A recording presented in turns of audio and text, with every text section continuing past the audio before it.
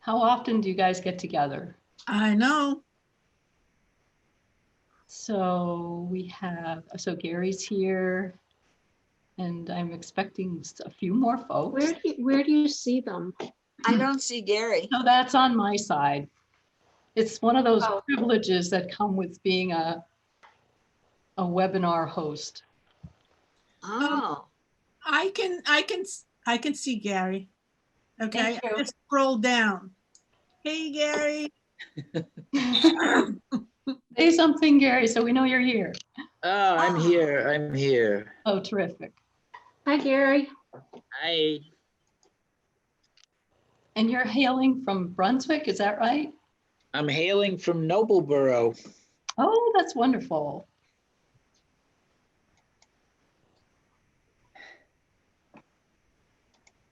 You've got a great patch of sun on your the lower part of your face, and then the aurora behind you. Just full of light. Makes you ghostly.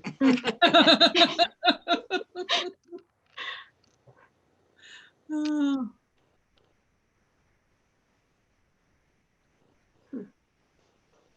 This is a strange world we operate in at the moment. It is what it is. I guess we decide. Well, I'm Even feeling so privileged to be able to host this event and not be in 1918 and, not having this technology. So I feel like this is quite amazing. And Wendy's here. Hi. Hi. Nice to see you. So nice to see you. Yeah, lovely. Nice. It's great. And you're coming in from Florida, are you? Yeah, straight in. All right. 80, How cool is this? How No, cool You're is not this? allowed. You're not allowed to do weather. No weather. Can I say it's too hot? Wouldn't that please you? Yes. But actually, it's beautiful here today. Yeah, Good. sky is clear as a bell. Mhm. Not a cloud in sight. And there's Kathleen. All right. Hi, Kathleen. Hi. Hi. And there's Francois.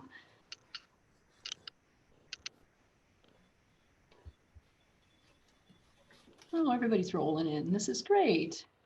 Fun. You're getting an audience? We've got 36 right now. But everyone rolls in at like Yeah. Last. 2 of, it's like, thank God it's not a highway, right? Well, they're coming from the other event.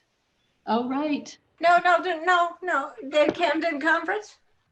Yeah, I thought it ended. It ended at 12:30. Right. But to have lunch and all that in between. Well, you're in your house. Oh, that's right. Not a big deal. I'm not in my house. I'm on campus.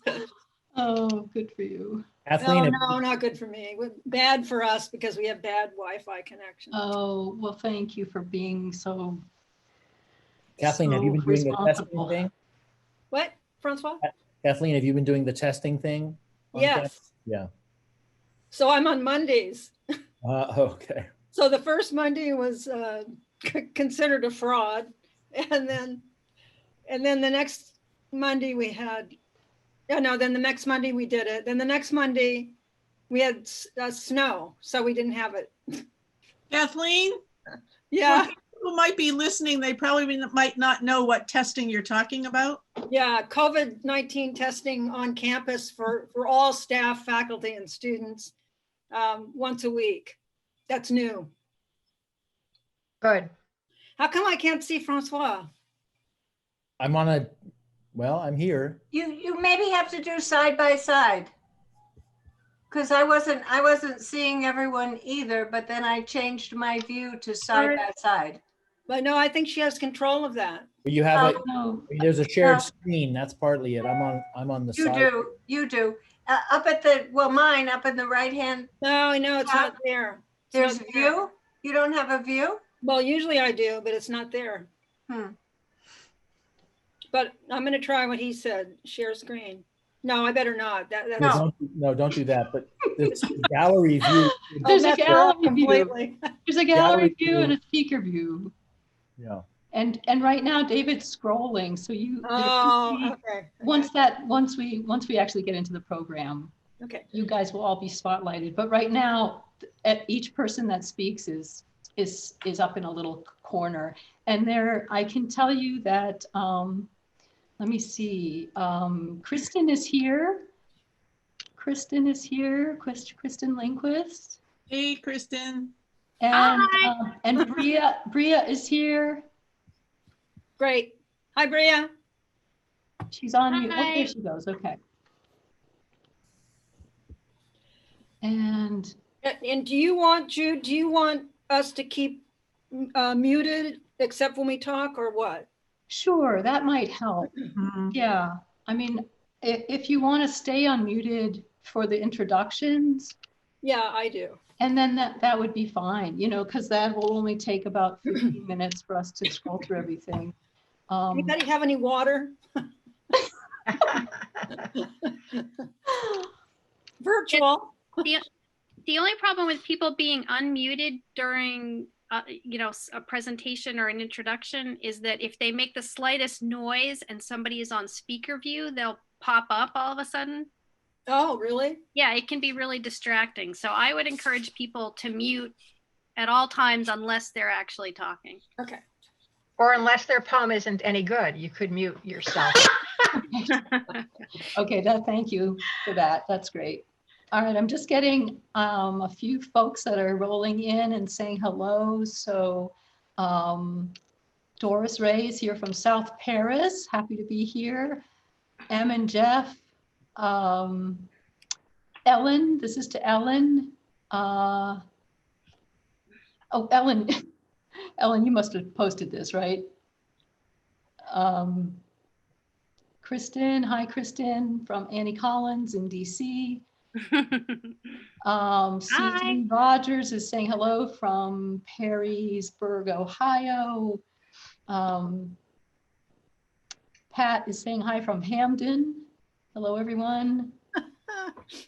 Diane, hello all from Freeport. Nancy from Chicago. Debbie from Orland, Maine. Wonderful. This is wonderful. It's like Garrison Keeler's show. Yeah. Wow. There's a lot of folks are scrolling in. Let's see. Yeah, that's what I mean. Yeah. 7 new messages. Okay. Let's see who else is here. Great.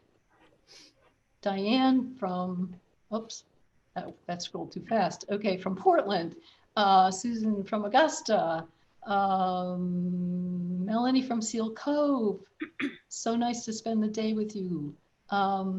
Laura from the Berkshires of Western Mass. Hi from Hancock. Marjorie Arnett here. Hello to everyone. Pat from Lincolnville. And I was going to disable chat. So I'm glad I didn't, because this is wonderful to have everybody, say where you're from as you roll in, because we're getting so many folks now rolling in. Of course, the last few minutes here. I'm looking for my students. Ah. Is attendance grade related, Kathleen? No, some of them are going to be writing reviews of this, critiques of Oh, this. nice. So be on your best behavior, everybody. Nice. Well, it's just 1:31, and we could get started. I'd like to be punctual because we've got a great deal of work to do. We've got a lot of celebrating to do here. So let me welcome everyone to this program, the celebration of the 129th birthday of the Pulitzer Prize winning poet Edna St. Vincent Millay. I'm Jude Valentine, coordinator of studio and public programs here at the Farnsworth Art Museum. And I'm here today with colleagues and poets for this program, Edna St. Vincent Millay, Balancing Grief and Renewal. We'll hear from Farnsworth curator Jane Bianco with an introduction. Ann Morris, curator of the Rockland Historical Society and president of the Malay House, Rockland. That's Malay's childhood home right here in Rockland, Maine. And we'll be hearing from Maine poets curated by poet Kathleen Ellis, reading letters and poems that focus on Malay's exploration of loss and renewal. And I want to take a moment here and just thank you, Kathleen, Anne, Jane, and our 12 poets, and also my colleague David Troop, for your time and collaboration in creating this program. 110 years ago, 1911, Millay began writing Renaissance with when she was 19 and caring for her ailing father in Kingman, Maine. Renaissance, which moves between life and death and ends with a sense of hope and renewal, was the first poem to catapult Millay to stardom, winning 4th place in the Lyric Year anthology in 1912.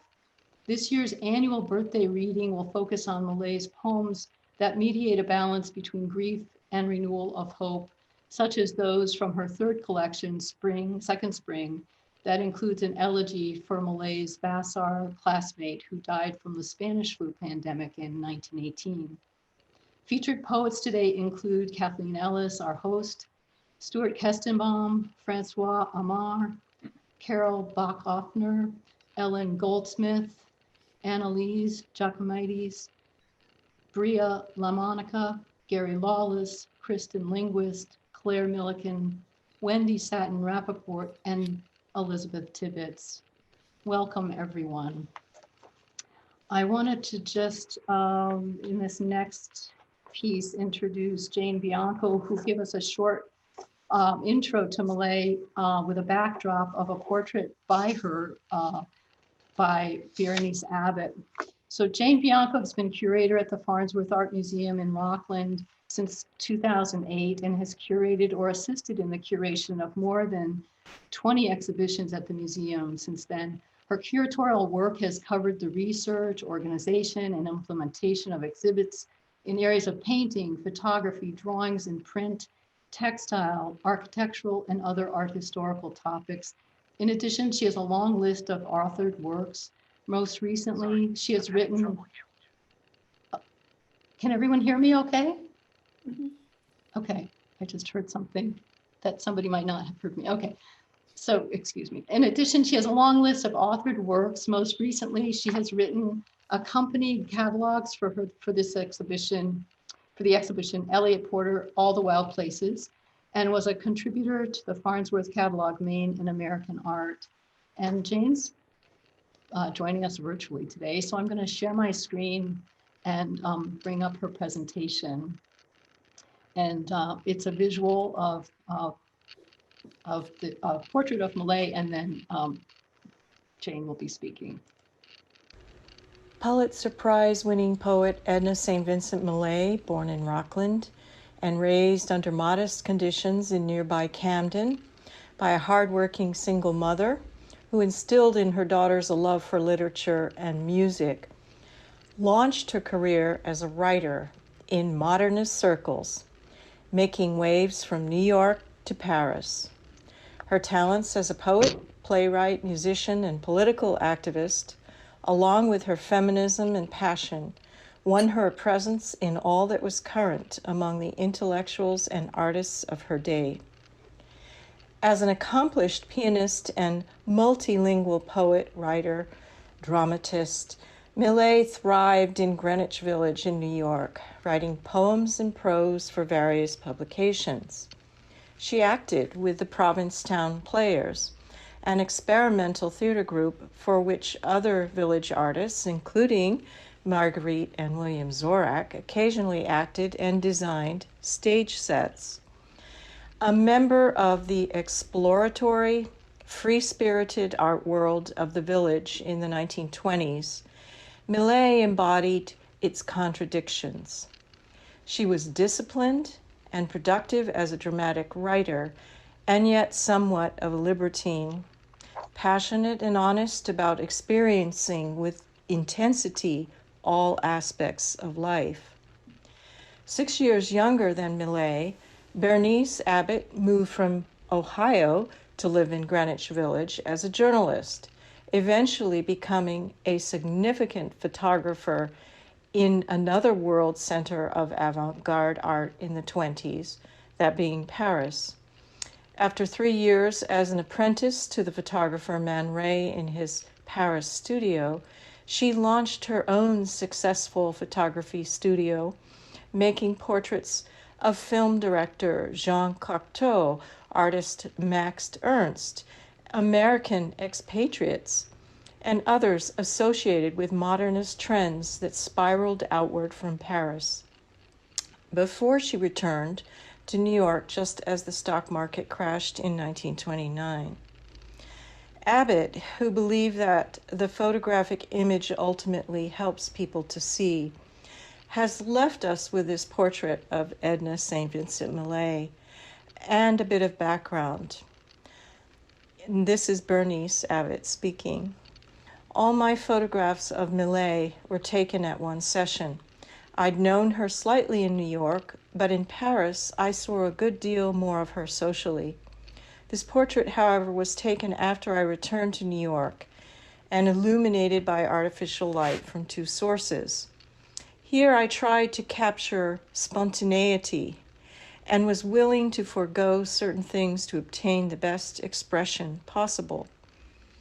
And indeed, Millay's features reveal much expression, perhaps her own inner feelings, perhaps a bit of angst from my perspective, suggesting the complexity of this Maine-born poet who enchanted the world.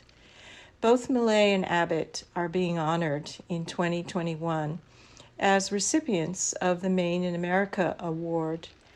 Please enjoy the voices of many today who bring Edna St. Vincent Millay back to life. Thank you, Jane. All right, and now I'd like to introduce Ann Morris, who is the curator of the Rockland Historical Society and president of Malay House, Rockland, Maine. She moved to Maine 20 years ago from St. Louis, where she was the director of archives for the University of Missouri in St. Louis. And she has 2 sons on both coasts, one in Portland and the other in Los Angeles. So let me again share my screen. Oops. Whose phone is that? Let me share my screen. And I'm going to be and you're it's all yours. Okay. Are you okay? Next, Malay House Rockland is delighted to be invited to share our progress with the Farnsworth birthday celebration for Edna St. Vincent Millay.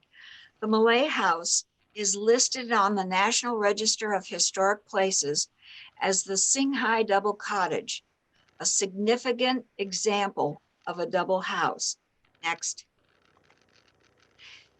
These double houses are both on Main Street in Rockland, south of Park.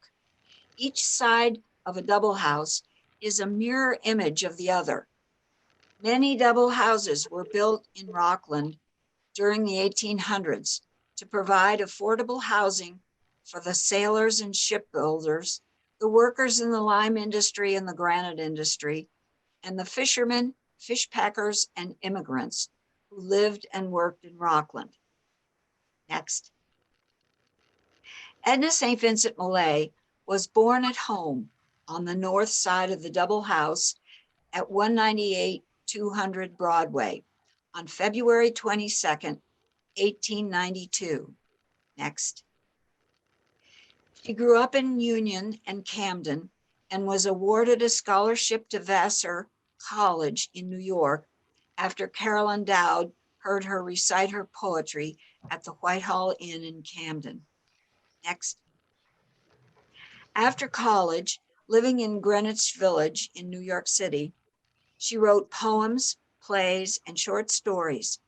And in 1923, she became the first woman awarded the Pulitzer Prize for Poetry. In the 1920s and 30s, Millay toured the country, giving sold-out recitals of her poetry, making her the most popular woman in America. Next. Residents of Rockland and lovers of literature have been fascinated with this modest working class house, perhaps because it represents great talent coming from humble beginnings. Next. The house was in danger of foreclosure and demolition, and in 2016, Roxanne Quimby and foundations and generous individuals helped the Rockland Historical Society to purchase the house. Next. We restored the exterior, replaced the heating and electrical systems. In 2017, we formed Malay House Rockland, a 501c3 nonprofit, and the Historical Society deeded the house to the new organization. Next. In 2018, a local construction company gutted the interior of both sides of the double house. This is the kitchen on the north side. We have raised enough money to restore the north side, and we have hired a contractor who began the work this month. When he is finished, sometime this summer, we will begin renting the north side to provide income. Next. We have now begun the final phase of our capital campaign to rehabilitate the Malay House, the restoration of the south side. This is the living room on the south side. When the south side is completed, we will use it for literary programs. Next. We plan to have a writer in residence and workshops and classes on the south side. The Ellis Beauregard Foundation is going to partner with us for our writer in residence program. We will provide the space, and Ellis Beauregard will provide a stipend for the writer. Their goal is similar to ours, to promote the arts and contribute to the cultural resources of Rockland. Next. Maine is a state of many famous poets, writers, and artists. Edna St. Vincent Millay, Henry Wadsworth Longfellow, Kenneth Roberts, Stephen King, Richard Russo, Winslow Homer, Louise Nevelson, the Wyeths. Many are born here, and many come because they find inspiration here. We hope that this becomes a place that makes literature and art available to all and helps to uncover the artist in each of us. Next. So there you have it. This winter and spring, we will restore the north side and the roof so we can rent the north side beginning this summer.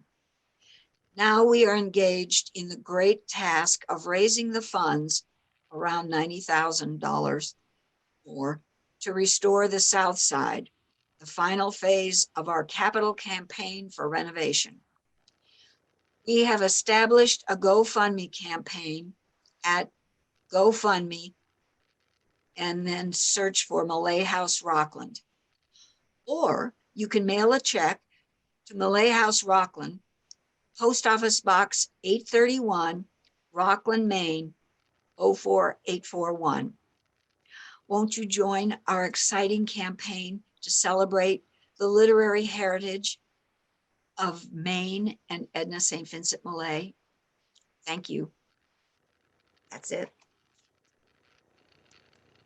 Thank you so much, Anne. It's so amazing what you're doing. Thank you so much for sharing. And I hope to learn more as you keep going and get more renovations completed. At this point, I'd like to also introduce Kathleen Ellis, who will be introducing the poets individually.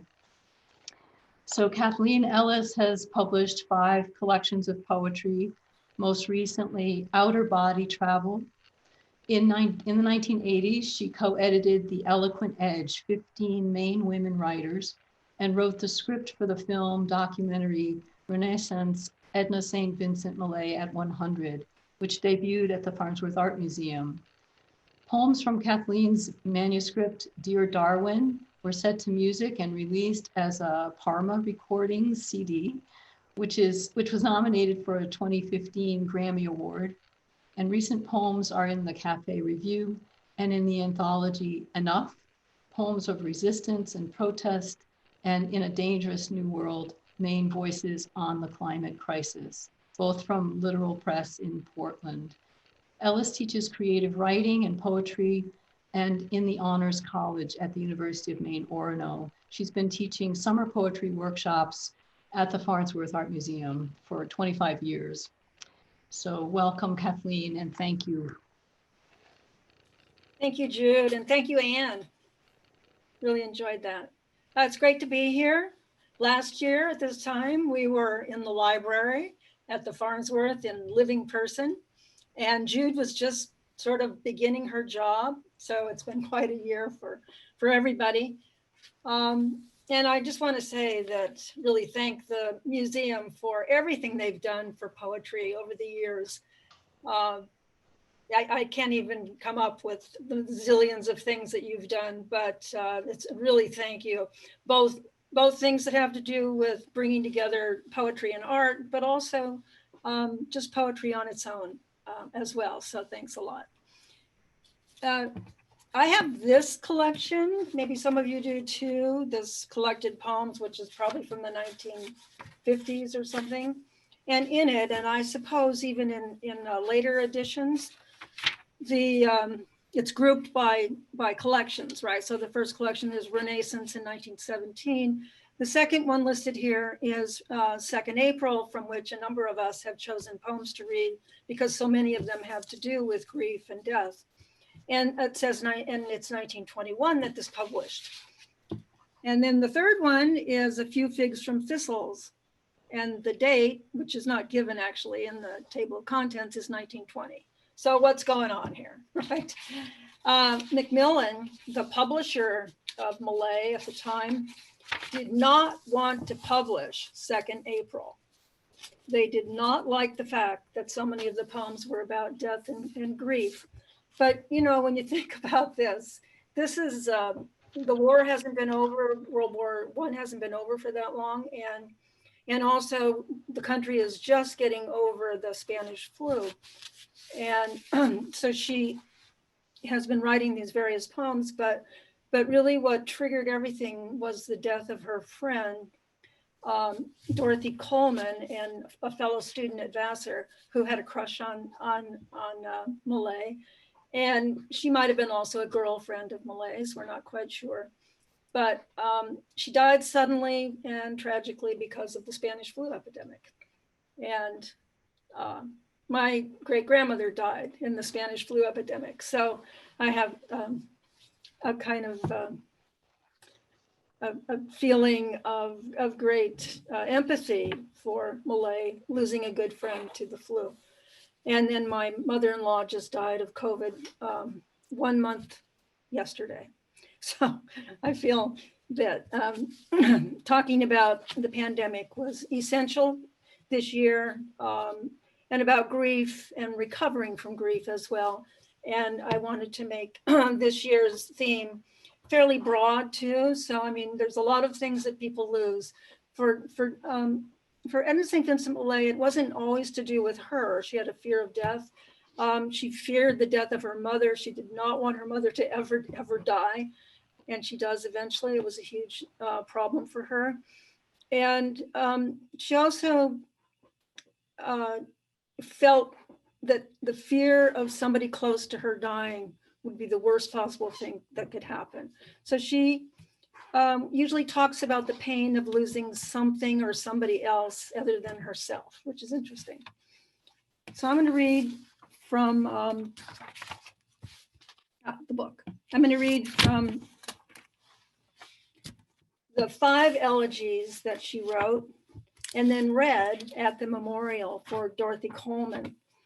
And it's right here.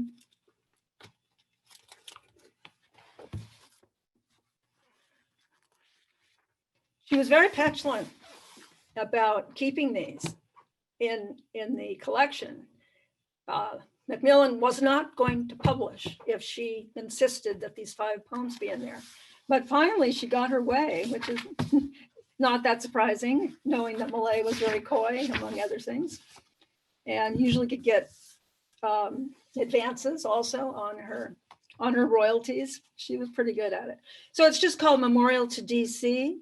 If you do have this book, it's on page 118.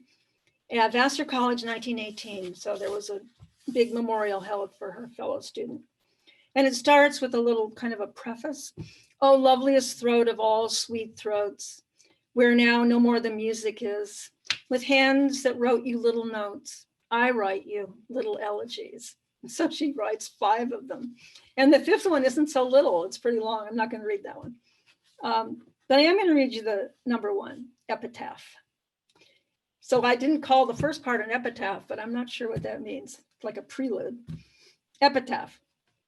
Heap not on this mound roses that she loves so well. Why bewilder her with roses that she cannot see or smell? She is happy where she lies with the dust upon her eyes. She chooses to write very formally. All of these are very formal, but some of them are fun. And I'm going to read the one that's fun. That's called Chorus. So and then she ends with Dirge, and that's, or no, her 4th one is called Dirge, and then the last one is called Elegy. So they get more and more serious. But this one, she kind of took a little bit of a break. Give away her gowns, give away her shoes. She has no more use for her fragrant gowns. Take them all down, blue, green, blue, lilac, pink, blue, from their padded hangers. She will dance no more in her narrow shoes. Sweep her narrow shoes from the closet door. Of course, Millay should talk. She probably had more gowns than anybody, even in high society. She would buy a new gown with the royalties she got from her books.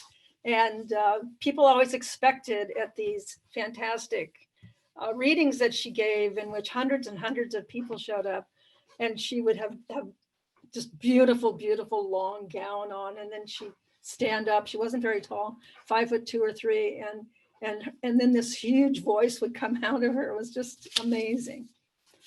There are a couple places where you can, in fact, there's one at the Camden Public Library where you can hear a recording of her voice reading a poem. So now I'm going to read a poem about my great grandmother in memory of Lizzie Clough, 1846 to 1919. How you dressed for the pandemic. Not everyone was thinking about how to dress for the Spanish flu. It didn't occur to you to choose between a gauze mask or a veil of fine mesh and chiffon. It wasn't the money. Myron, my great-grandfather, tax collector of Alameda County, would have bought you anything, Lizzie. Outliving him, you survived the war at home, wearing black for your own dead. Now your choices were your own. Did you poke holes in the mask to smoke? There are no photos to prove otherwise. Or were you a member of the Anti-Mask League, or thinking of how to dress for the liberation? And after you died in the 3rd wave in 1919, were your ashes strewn into the bay? Or are they in a niche with a flowery scene on a drawer at the columbarium? Here, stand in the light so I can dress you. Nothing to hide, nothing to fear. Come to claim what is ours, this mask I wear that has no memories but your absence. Thank you. Okay, we begin. My pleasure to welcome Stuart Kestenbaum, who is the author of 5 collections of poems, most recently, How to Start Over, and a collection of essays called The View from Here.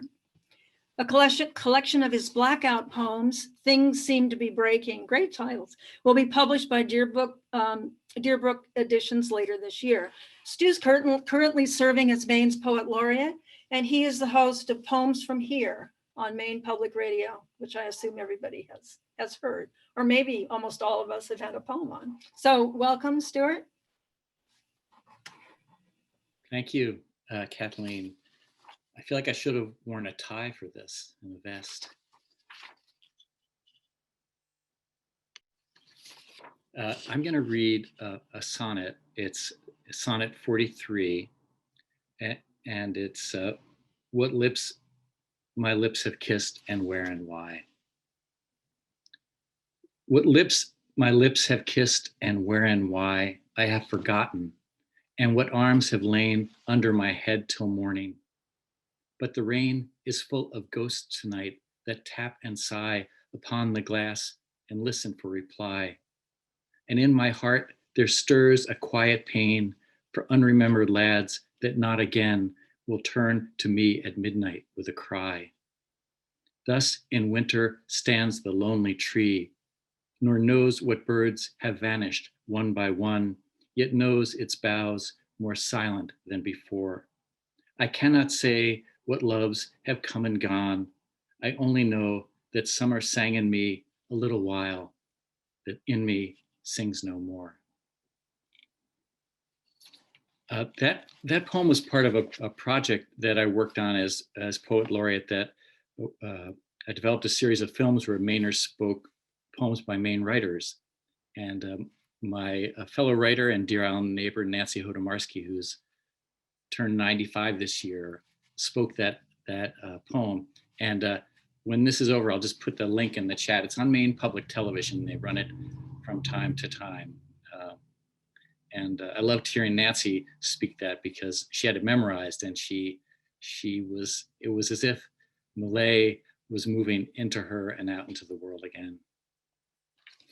The poem of mine I'm going to read is called Theology. I was a comparative religion major in college. Maybe that's why I got a title like this. But thinking about how we repair things and how things fall apart, and how we repair them again. Theology. God isn't watching everything, seeing who's been bad or good, so be good for goodness sake. God is weaving and sewing. God is mending and repairing what with so much that is tattered and frayed. God is remembering the past by sewing it into the future. God is making lace and making samplers, so many samplers the Creator has made, one for each moment. Every sampler has its own language, its own colors, its own chemistry, and its own music. God knows all the songs and all the elements, and at night she sings the world to bed. Sometimes she'll sing whole new worlds into being just by naming the stuff of it. Other times he'll get out the broom and sweep up the dust of the last universe, the grit and fluff, the shavings and crumbs, the crumpled papers, and make a new world. That's the one we're living in now, and that's why it feels new and ancient at the same time. We begin our world where the last one ends. God has a barn raising, and we're all working with the Creator together, pushing up one wall at a time. People have begun to till the earth, reverently dropping the seeds in the furrows. God is becoming the seeds, remembering all the way back to the beginning of seed, which is a place where light could sleep and dream, and then awaken and become what it needs to be in this world, which is being created and recreated this minute. Let us all bless it. Thank you.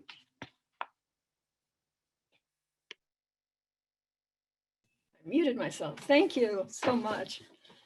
Beautiful poem. Both poems beautiful. Our next reader, poet, is Francois Amar. He's professor of theoretical physical chemistry at the University of Maine, and also he's the former dean of the Honors College. He has broad interdisciplinary interests, including nanoscience, international education, and sustainability. But for fun, he indulges in reading and writing poetry, cycling, zimmergy, better known as winemaking, if you didn't know, and I don't know if I pronounced it correctly, and making wood-fired pizza. Welcome, Francois. Thank you, Kathleen. Thank you all, and especially the Farnsworth for putting on, once again, a great celebration of Edna St. Vincent Millay. It's such a pleasure to be here with you. I have a slightly different take on Millay's poetry. Maybe I'll hold this up the spine of this book. I don't know if you can see that. This is a book of translations of Baudelaire's Les Fleurs du Mal, which she collaborated with George Dillon on and wrote the preface as well. And she has some quite tongue-in-cheek stuff to say in the preface. She sort of inserted herself, I think, into this project of George Dillon's and maybe overtook him because of her fame and so forth. But they both have about half the poems in the book. But I'm going to read a translation. I'll read first the poem in French, and then I'll read her translation. This is a sonnet called Le Portrait.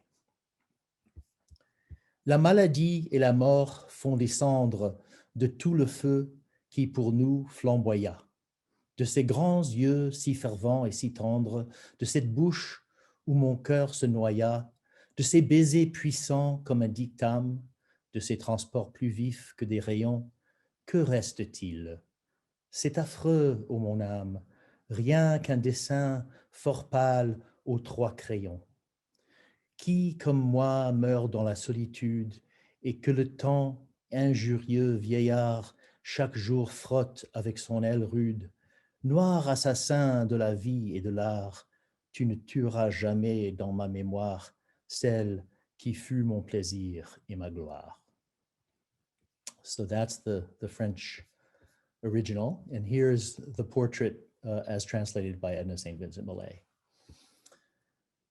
Disease and death, these are the ashes of all that was fire and warmed us heretofore. Of those big eyes full of faith and love, that mouth which stopped my heart, that endless store of kisses strong as dittany, that whole transport, that passion hotter than the sun.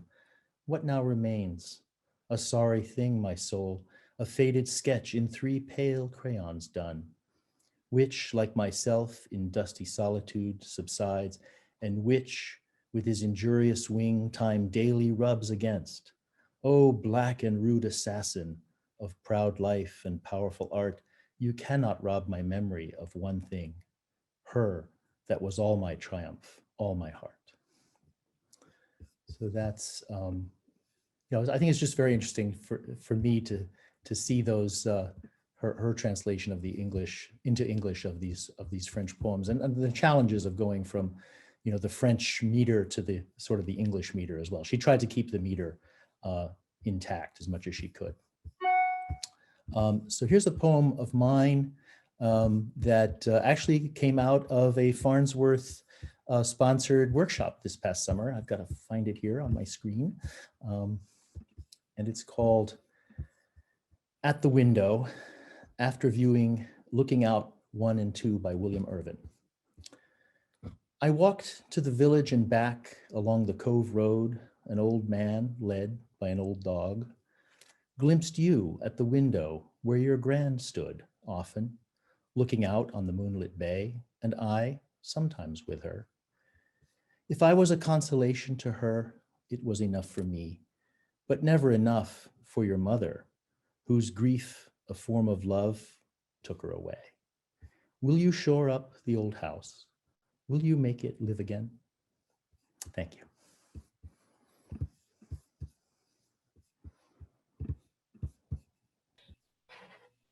I can't help it. Clack, click and clack. Okay, thank you, Francois. I remember you working on that. And it was of a Bill Irvine painting, wasn't it? Yeah, right. Next is Carol Willette Bockhoffner, who is a poet, a watercolorist, and a photographer. And she's also the author of 7 books of poetry, most recently, The Boyfriend Project, a fantod of prose poems, and a collection of poem prompts called 365, A Year of Writing Adventures. Her poetry has appeared in a wide array of journals and in the following anthologies: Take Heart, Poems from Maine, Unraveling the Spreading Cloth of Time, Indigenous Thoughts Concerning the Universe, as well as Dawnland Voices, an anthology of writings from Indigenous New England. She served as Poet Laureate of Rockland from 2012 to 2016. Welcome, Carol. Hello, everyone. It's really a pleasure to be part of this celebration this year. I can't remember how many of these I've participated in, but each one has been unique and wonderful. And I thank Kathleen for inviting me and the Farnsworth for hosting us as usual. I'm going to read a sonnet of Millay's, one I particularly love. And it's called Time Does Not Bring Relief, You All Have Lied. And it comes from the early poems of Millay. Time does not bring relief. You all have lied who told me time would ease me of my pain. I miss him in the weeping of the rain. I want him at the shrinking of the tide. The old snows melt from every mountainside, and last year's leaves are smoke in every lane. But last year's bitter loving must remain heaped on my heart, and my old thoughts abide. There are 100 places where I fear to go, so with his memory they brim. And entering with relief some quiet place where never fell his foot or shone his face. I say, there is no memory of him here, and so stand stricken, so remembering him. I just love that one. I think it's really great. So the poem I'm going to read for you today is called Some Days Are More Important Than Other Days. Some days are more important than other days, like the day you first watched a bumblebee in the honeysuckle, the day a fox sat on your front step with her kit, the day you dared open your eyes underwater. The woods decay and fall. Some beauty is, after all, too usual to be trusted. Don't refuse then to weed the garden or cut the grass to water the dandelion. Don't sit idly by, even though the woods turn to mulch without you, while you dream yourself a god who wouldn't let a single flower die of thirst. Hundreds of crows light the wires.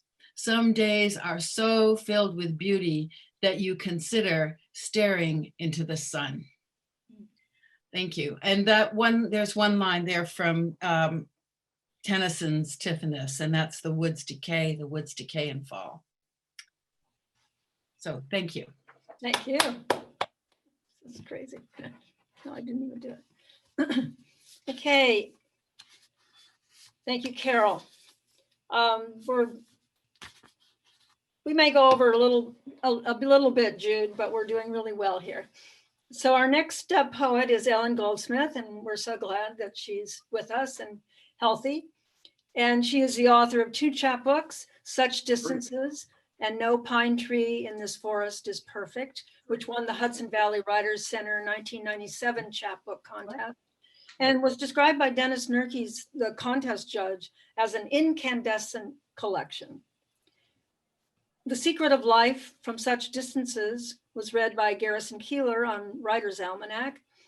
Ellen is a resident of Cushing, Maine, and she's professor emeritus of the City University of New York. Ellen? Thank you, Kathleen. The poem of Edna St. Vincent Millay that I'm going to, well, I just want to say first, in addition to thank you to Kathleen, thank you to all the other poets and their wonderful choices. It's like a mosaic or a tapestry of Edna St. Vincent Millay's work, what everyone has chosen. So that's a great pleasure. Dirge Without Music is the poem that I chose.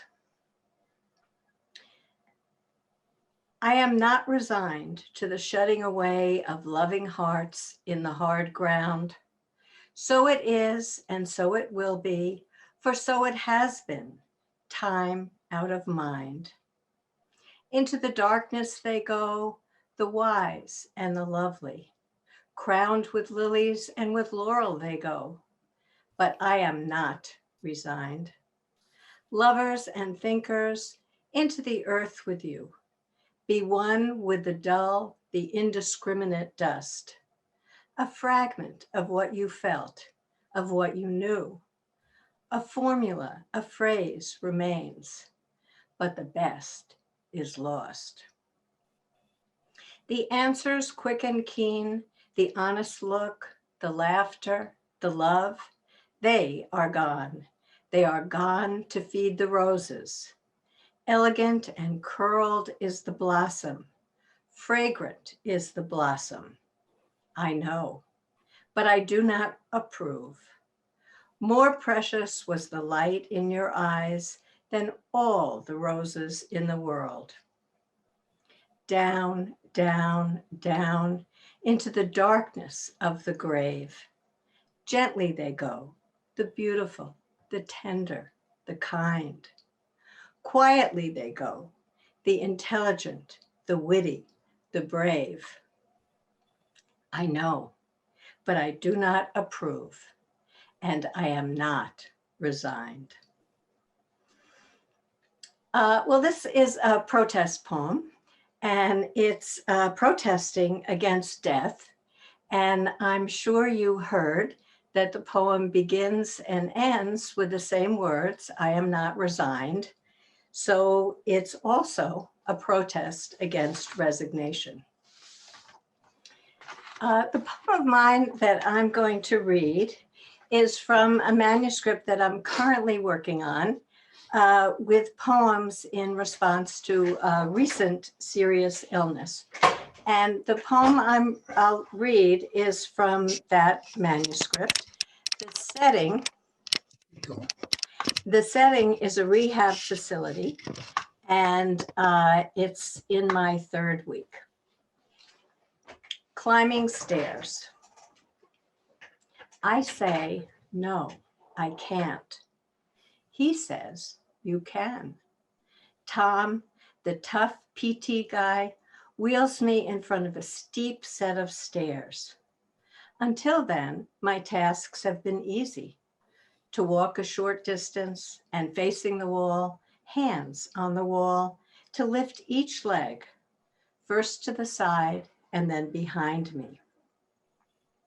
I see myself in black leotard and ballet slippers, executing pliés and jetés with precision and grace, legs leaping across the floor. At the bar, my kicks the highest. And I see my acrobatic solo, me in a costume with silver and turquoise sequins. I sit still on the seat of my walker, determined to resist. Then I see myself in high school, late to class, my strong legs running up the stairs to my 5th floor classroom, my heavy book bag on my shoulder. Next, I see myself, hands on the banisters, pulling myself up the stairs, some at least. So much of being able to do something hard begins in imagination. Thank you.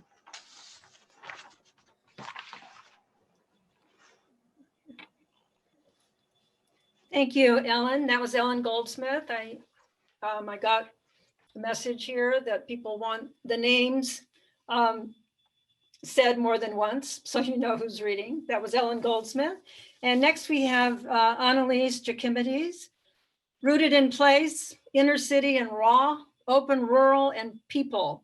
Annelise Jacimetes' poetry and prose have been broadcast on local and national public radio and published in many journals, magazines, and anthologies. Nominated for the Pushcart Prize, she's been the recipient of the Acadia Prize for Poetry and a finalist for the Stephen Dunn Poetry Prize and the Maine Literary Awards. In both poetry and nonfiction, among others, yes, stop. She lives in Bangor. Welcome, Annelise Jacimetes. Thank you, Kathleen. It's, as everybody said, it's a real honor to be here. And it's a fabulous opportunity for us to gather around all of these words, both Millay's and each of our individual ones. I think often of so many poets who are extraordinarily studied in and of other poets, scholarly and deep.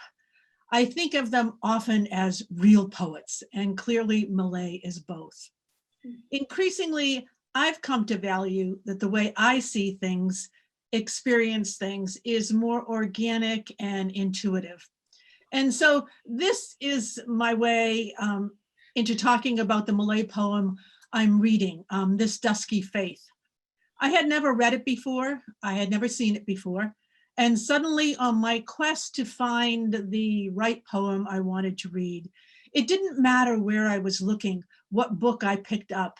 All I had to do was allow a fluttering or an opening, and there it was. So here is This Dusky Faith by Edna St. Vincent Millay.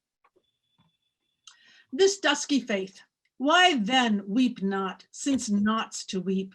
Too wild, too hot for a dead thing, altered and cold are these long tears, relinquishing to the sovereign force of the pulling past, what you cannot hold is reason's course. Wherefore sleep, or sleep to the rocking, rather of this, the silver knocking of the moon's knuckles at the door of the night. Death here becomes being, nor truckles to the sun, assumes light as its right. So too, this dusky faith in man transcends its death, shines out, gains emphasis, shorn of the tangled past, shows its fine skill at last, cold, lovely satellite. I'm at a loss to explain this pairing of Millay's This Dusky Faith and my isolation assignment, but paired they feel. Poetry lies always beyond explanation to me, always a moving light leading somewhere. Isolation assignment. My hungers are small, often nothing, sometimes everything. It's you who could feed me, your words, your face, your last days of skin and bones in a sloppy white t-shirt, the dust of your footsteps. You said I'm intended to make a new life, somewhere, with someone, welcome words tripping off a new tongue from a new mouth, lighting up a new face. Even as I go on to imagine slump of skin, stumble of snore in the blind at night, bodies run mad, how, I must ask, does the face with the mouth and the tongue, the words and all the rest find its way through this thistle of virus, your iridescence still shimmering on the emptied plate? Thank you. Thank you so much. It's always a pleasure to hear your work. Well, this is a very special treat for me. Every once in a while, you get a student who is a treasure. And our next poet was my student in English, but also I was her advisor for her honors thesis, for which she wrote an experimental collection of poetry. Brie Lamonica is a recent graduate from the University of Maine and is pursuing a career in freelance and content writing. She's from South Jersey and is currently living in Southern New Hampshire with her boyfriend. As part of her McGillicuddy Center Fellowship at the University of Maine, she created an experimental collection of poetry, The Art of Breathing, dealing with issues of oppression and the female body. Welcome, Bria. Hi, thank you everyone. Especially thank you to Kathleen for inviting me to come read with you guys today. It's such an honor and I'm happy to have been here and to have met all of you. So today the Edna St. Vincent Millay poem that I chose is actually called Ashes of Life. And I've always loved this poem, but I thought that it fit the theme in an interesting and unique way. Ashes of Life. Love has gone and left me, and the days are all alike. Eat I must, and sleep I will, and would that night were here. But ah, to lie awake and hear the slow hours strike. Would that it were day again, with twilight near. Love has gone and left me, and I don't know what to do. This or that, or what you will, is all the same to me. But all the things that I begin, I leave before I'm through. There's little use in anything, as far as I can see. Love has gone and left me, and the neighbors knock and borrow, and life goes on forever, like the gnawing of a mouse. And tomorrow, and tomorrow, and tomorrow, and tomorrow. There's this little street and this little house. And the poem that I'm going to be reading today is something I wrote called We Broke Her. I am staring out the window, and all that I can think about is the way that you cradled my hand when we walked. Yes, we were friends who held hands. We were just that way. I'm grieving the loss of you, and it is the most confusing and twisted rope I've ever had to untangle. I am struggling to get over something I'm not even sure I can be something without.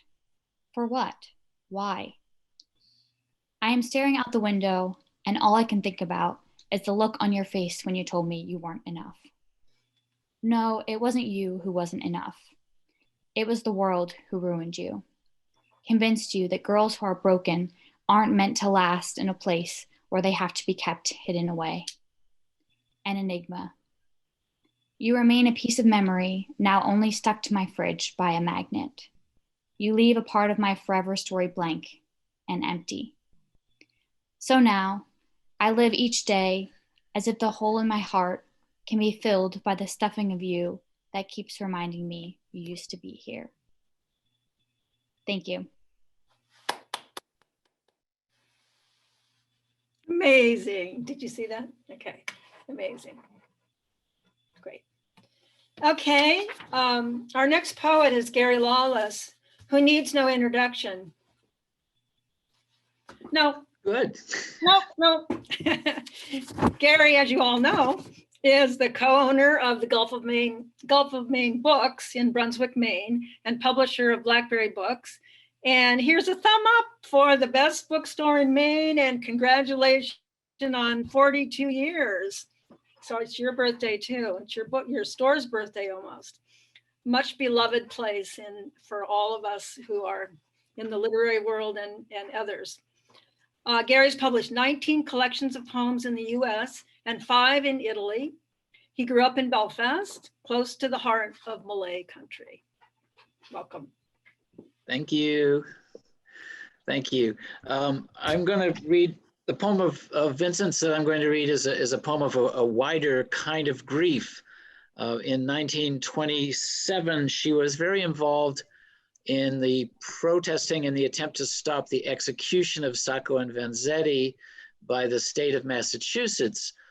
Sacco and Vanzetti were primarily guilty of being immigrants from Italy and anarchists, and most probably were not guilty of the crime for which they were eventually executed. Millay joined protests to try to stop the execution. She was arrested and taken to jail at one point. She met with the governor of Massachusetts to try to speak with him about stopping the execution.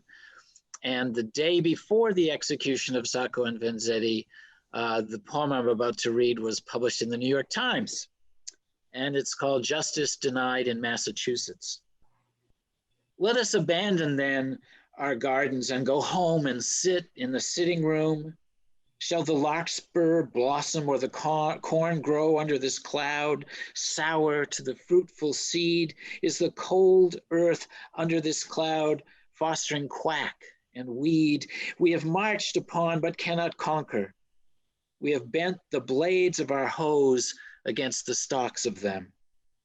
Let us go home and sit in the sitting room. Not in our day shall the cloud go over and the sun rise as before, beneficent upon us out of the glittering bay, and the warm winds be blown inward from the sea, moving the blades of corn with a peaceful sound.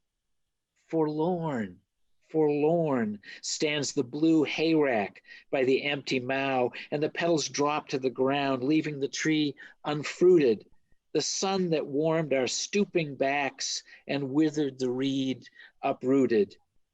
We shall not feel it again. We shall die in darkness and be buried in the rain. What from the splendid dead we have inherited, furrows sweet to the grain and the weeds unsubdued. See now the slug and the mildew plunder. Evil does overwhelm the larkspur and the corn. We have seen them go under. Let us sit here, sit still, here in the sitting room until we die. At the step of death on the walk, rise and go on, leaving to our children's children this beautiful doorway and this elm and a blighted earth to till with a broken hoe. So that's Justice Denied in Massachusetts. I've been reading and writing and working on a long book, I guess, for the last 3 years about stone. And I've traveled to Venice to look at how stone is used there. And I've been taking geology courses and doing all sorts of things. And this is a poem, not by me, but it's about the grief of stone. And it's by a Occitan poet named Marcela del Pastra. And it has hoes in it. And the hoes echo the hoes from the Malay poem. So I thought I would read this as well. This is a poem of grief, but sentient grief from the stone world. The scream of stones. When the stones start to howl like a sick dog, like a child lost in the night, like the dogs at the moon, like a woman in her pains. Have you heard them? The stones, when the stones howl under the hammer and under the mace, when the stones wail under the steel's edge.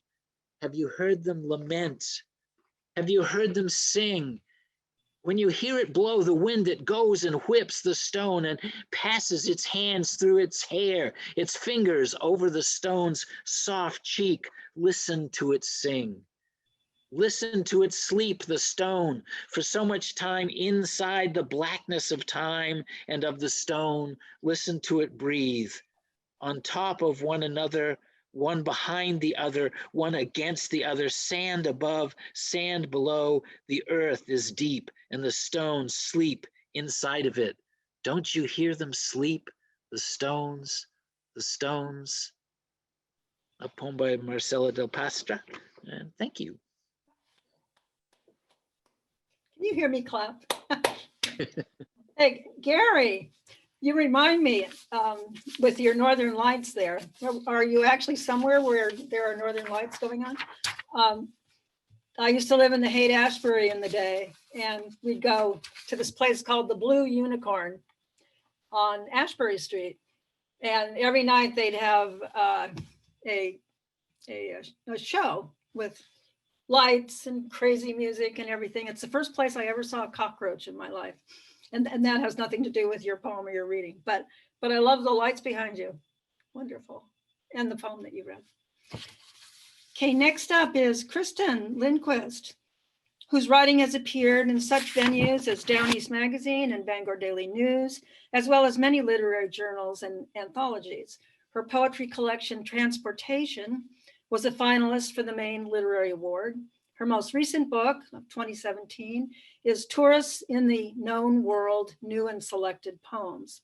An occasional teacher of haiku workshops, she maintains a daily haiku blog, Book of Days. An avid bird reader, she wrote a local natural history column for many years. She lives in Camden. Welcome, Kristen. Thank you, Kathleen. Thank you to the Farnsworth for hosting this today. Again, I look forward to this event every year. The Malay poem that I'm going to read is from 2nd April, which we've mentioned quite a few of these poems are from. It's the preface poem, Spring. To what purpose, April, do you return again? Beauty is not enough. You can no longer quiet me with the redness of little leaves opening stickily. I know what I know. The sun is hot on my neck as I observe the spikes of the crocus. The smell of the earth is good. It is apparent that there is no death. But what does this signify? Not only underground are the brains of men eaten by maggots. Life in itself is nothing, an empty cup, a flight of uncarpeted stairs. It is not enough that yearly down this hill, April comes like an idiot, babbling and strewing flowers. So I chose that one because I love the world-weary cynicism with which she talks about spring and that. And I think as Mainers, that's something we can appreciate. But also, I mean, she just refuses to be mollified by the season, the beauty of the season and the feeling of renewal and hope that it brings to us. And that really resonated for me thinking about this past spring when we all entered the pandemic, and it will probably be still relevant this coming spring. Just a similar feeling of disbelief in the beauty of the season and the hope of the season as our lives shut down and thousands of people started to die. And we're just reaching the 500,000 mark here in our lovely country. So that's why I chose that one. It just seemed very relevant to our time. And for my poem, I've chosen to read a small set, I think there are 14 here, of haiku in a series that I've been writing since last spring, sadly. This set is called Pandemic Spring, but my pandemic haiku sequence is still being written every day, as I'm sure many of us are. Our pandemic poetry is being written every day. And just a little note before I start reading them, I will pause between each one. If you are paying that close attention, just wanted people to be aware that English language haiku we don't count syllables. So these are not 575 haiku. If I were Japanese, they would be, but I'm not. Pandemic spring, the bright floral patterns of face masks. Social distancing, taking out the trash, I startle some ducks. Sheltering in place, pressed against the window, pink petals. Wide awake with fears for the world, the slap of sleet. Pandemic spring, the arrivals and departures. Social distancing, empty acorn caps cling to the branch. Spring rain, watching the river rise as if it mattered. Lockdown, the scream next door of my neighbor's clothesline. Above it all, this deep blue fear, pandemic sky. Social distancing, 3 worlds away, a neighbor plays with her dog. Pandemic spring, a morning cloak passes me by. 6 feet away, a chickadee plucks insects from the porch roof. Self-isolation, the old cat and I sit in the sun. In spite of it all, pine warbler back singing in the pine. Thank you.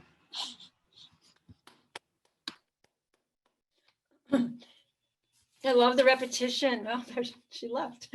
I love the repetition of the isolation, the distancing, coming back and back and back. That was great. Next is Claire Milliken. She's the author of several poetry collections, many actually, including The Gleaners, Museum of Snow, Motels Where We Lived, Television, and 2 collections with 2 Leaf Press, After Houses and Tartessos and Other Cities.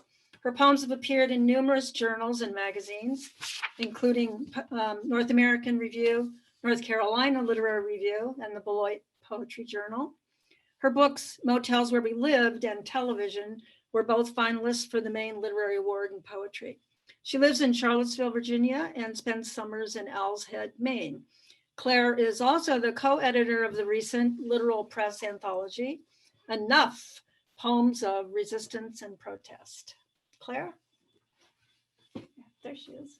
It feels really strange to unmute myself. I thank you so much, Kathleen, for hosting this, and thanks to the Farnsworth. And I've really loved listening to the other poets read. That's been really nice. So the poem I chose to read, it has a kind of elliptical connection to mourning. My son is a freshman in college this year on a mathematics scholarship, and he is upstairs online because COVID. So this is Euclid Alone Has Looked on Beauty Bear, just honoring the, I just want to say the small, the small mourning of the college students and high school students who have really suffered so much socially during the pandemic. Okay, Euclid Alone Has Looked on Beauty Bear. Euclid alone has looked on beauty bare. Let all who prate of beauty hold their peace, and lay them prone upon the earth and cease to ponder on themselves the while they stare at nothing, intricately drawn nowhere in shapes of shifting lineage. Let geese gabble and hiss, but heroes seek release from dusty bondage into luminous air. O blinding hour, O holy terrible day, when first the shaft into his vision shone of light anatomized. Euclid alone has looked on beauty bare. Fortunate they, who, though once only and then but far away, have heard her massive sandal set on stone. Great sonnet. And so anyway, so yeah, that's for the mathematician burrowing away upstairs, probably not working on Euclid, but the poem that I brought is called Airport Sky. Airport Sky. We crossed the bridge of salt above the highway, not travelers, just walking the same town. Concrete slope glittering with salt, laid down before night's oncoming snow.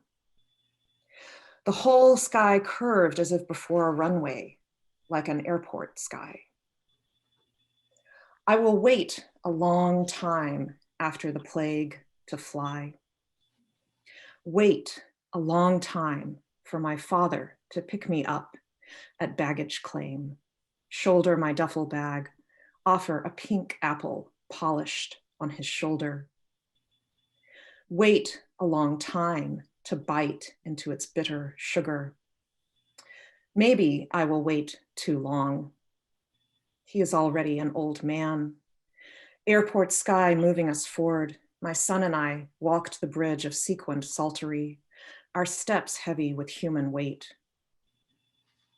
Birds lifted from railings, inaudible against traffic's uneasy cry, shadow of junco, sparrow. I have to watch now, look forward, even as the plague year enters another winter. In America, everyone is bitter. Even the sweet children have grown tired of apples and salt. Airports used to make me happier than any other place. Keep between time, shift the line, but I have grown older. My son becomes a man. When the snow came, it sank deeper than any other snow.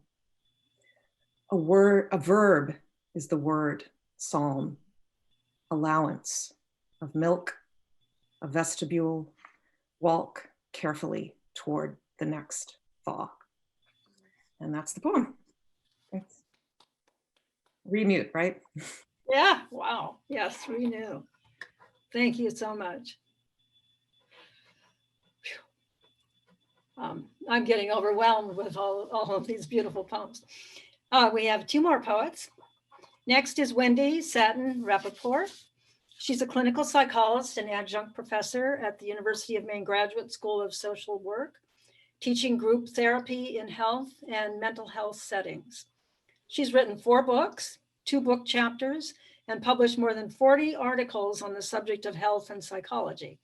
Her doctoral dissertation was on humor as a coping mechanism in diabetes. She's been trying to make people laugh and find their own sense of humor since her poetry book was, you ready? On the Couch with the Good Enough Poet, How an Average Neurotic Became an Average Poet, Happily Psychologizing Along the Way. That's not a great title, I don't know what is. Wendy's firm professional belief is that we all need constructive connection, which led her to her book, Friendship Matters. And she wrote, What Do We Tell the Children, another book, to help both herself and others cope with the strains of the times. Wendy, welcome from sunny Florida, right? Yes, I'm clapping for myself. Thank you. and for you and all the fellow poets. And this is so exhilarating and stimulating and expanding. And that's instead of intimidating. I am the original groupie for Kathleen, which is different from stalking. I just wanted to clarify that. So I'm reading Love Is Not All, a sonnet. Love is not all.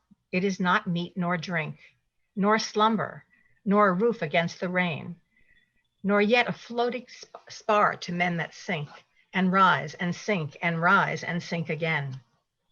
Love cannot fill the thickened lung with breath, nor clean the blood, nor set the fractured bone. Yet many a man is making friends with death.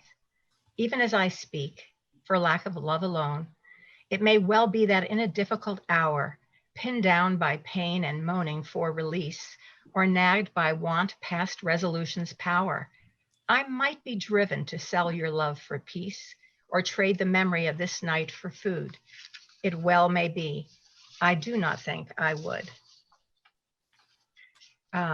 Okay, and I've written something in respect and to honor the world crises of bias and feminism, racism, pandemicism, climate change, fair play, and equality, etc., etc.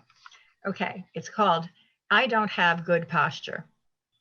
Weighted down and thrown off position, it's an easy inheritable female condition for which I have absolutely no contrition. My posture is certainly not a kind of sedition, but rather the strangling stratification, bringing anger, then next a healing purification, indeed a reunification to oneself. For now, keep it to yourself until it's groomed and ready to share. Honor it, grill it, serve it with savoir-faire on a silver platter with grace and class. And that's after you bust your low aspirations and cast. Bravo. You brought some happiness into our virtuality. Thank you. Thank you. Okay, we're going to end with Elizabeth Tibbets, which in a way, aside from the fact that her last name begins with a T, is appropriate because I think she might be the only person here who has an ancestor, or at least via her mother, of Malay. So her recent book, Elizabeth Tibbets' recent book, Say What You Can, was published by Deerbrook Editions. Her previous book, In the Well, won the 2002 Bluestem Poetry Prize. Her work has been read on Writer's Almanac and has appeared in many journals. She lives in hope.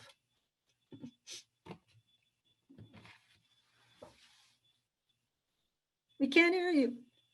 Yeah, can you now? Yeah. Yes. Oh, okay. Readings go better if you're not muted.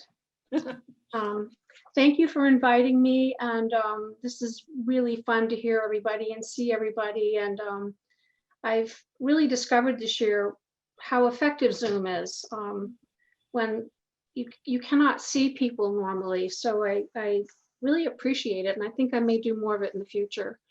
But it's been lovely to hear everybody's words, and I will just give you a few more. The poem that I'm reading of Edna St. Vincent Millay's is called Truce for a Moment. And I didn't put a lot of conscious thought into how this might connect with what I was going to read of my own. But when I looked at them again, I could see it. Truce for a moment. Truce for a moment between earth and ether slackens the mind's allegiance to despair. Shyly confer earth, water, fire, and air with the fifth essence. For the duration, if the mind require it, trigged is the wheel of time against the slope. Infinite space lies curved within the scope of the hand's cradle. Thus between day and evening in the autumn, high in the west alone and burning bright, Venus has hung the earliest riding light in the calm harbor.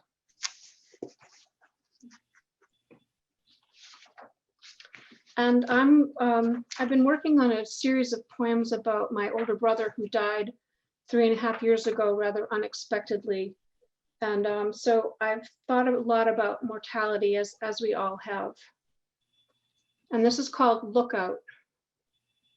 He took a week to gather his things and move into my body.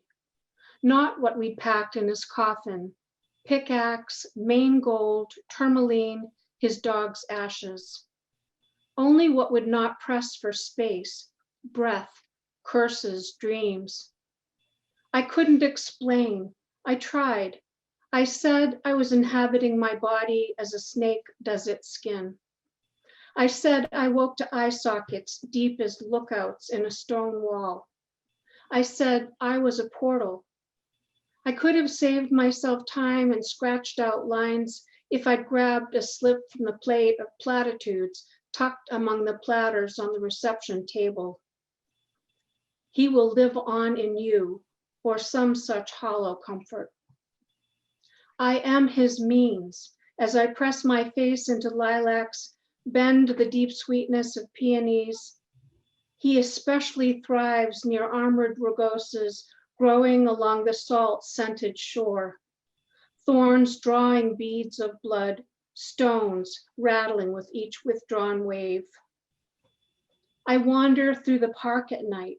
Falls, pungent, river-rich, tumble and foam over the ledge to the harbor.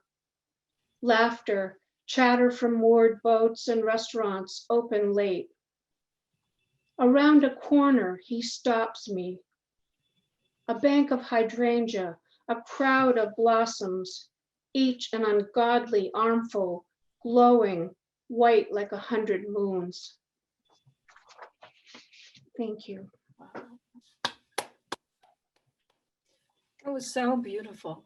Oh, what a wonderful poem to end with.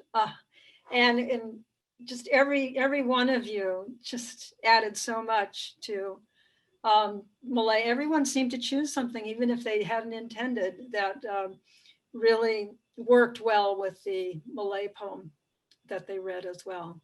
So thank you 100 times over. Yes. This is our 5th year. I hope we'll have a 6th.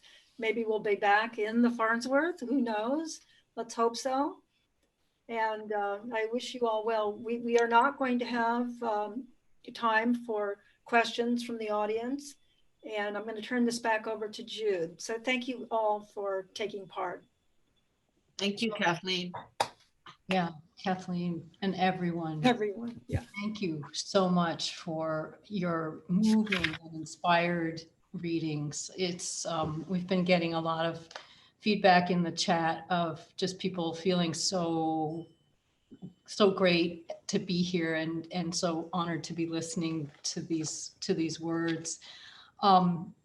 Yes, please feel free to drop us a line. If you have any questions, you can email me, Jude J. Valentine at farnsworthmuseum.org, or write us at farnsworthmuseum.org.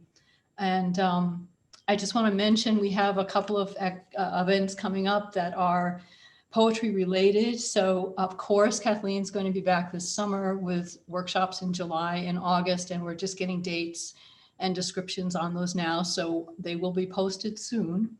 We're a little little bit further ahead of the curve than we were last year. So that's a really good thing. And then we have Carl Little, who's going to be doing a reading, an aphrastic poetry reading on April 14th. And we have an Earth Day poetry event that we're going to be running on Facebook, and also an Earth Day panel on April 24th from 1 to 3. And that's going to feature John Paul Caponegro, Kathleen Ellis, Ellen Goldsmith, and Kristen Lindquist. So some of the folks that you heard today. And hopefully a performance poetry workshop with Martin Steingesser is coming up. We just have to hammer out the details. So that's all part of the lineup coming up. And again, I want to thank you for your generosity and for your creativity and your time today. This was just a fabulous event. And happy birthday, Vincent, and thank you for the inspiration. So I hope to see you again soon.